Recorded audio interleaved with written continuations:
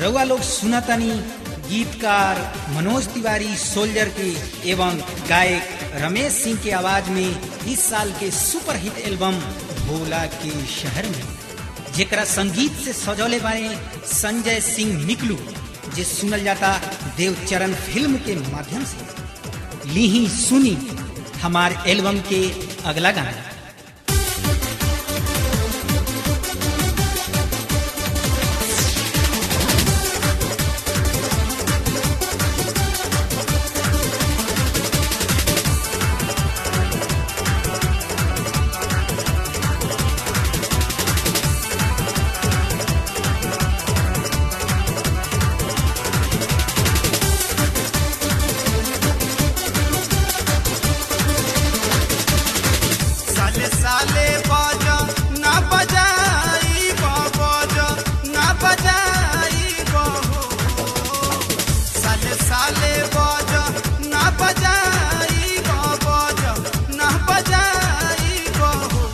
बाबा हो रखी हा निर्मल काया, अमायाई बकावा राउठाई बहो।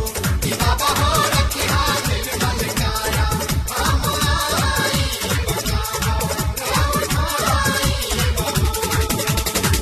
साले साले बाजा ना बजाई बाजा ना बजाई बहो, कि बाबा हो रखी हा निर्मल काया,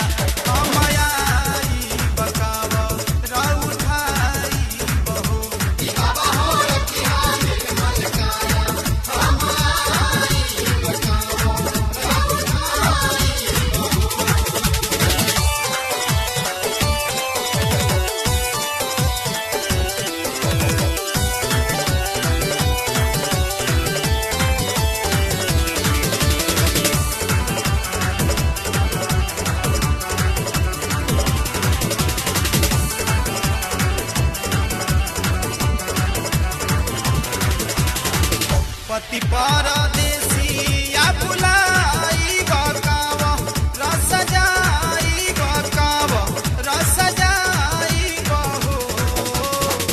पति परदेसी या बुलाई बकावा रस जाई बकावा रस जाई बहो, कि बाबा हो रखी हा तू सुहागी, अमायाई बकावा राउठाई।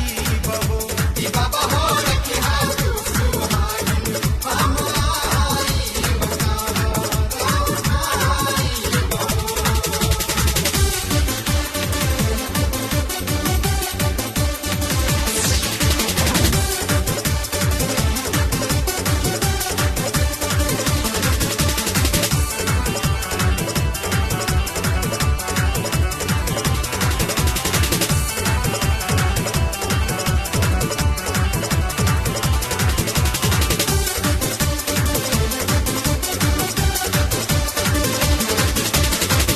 मलिया से फूला मंगवाइब बेलपति, आ मंगाइब बेलपति, आ मंगाइब हो। मलिया से फूला मंगवाइब बेलपति, आ मंगाइब बेलपति, आ मंगाइब हो, कि बाबा हो पूजब तोर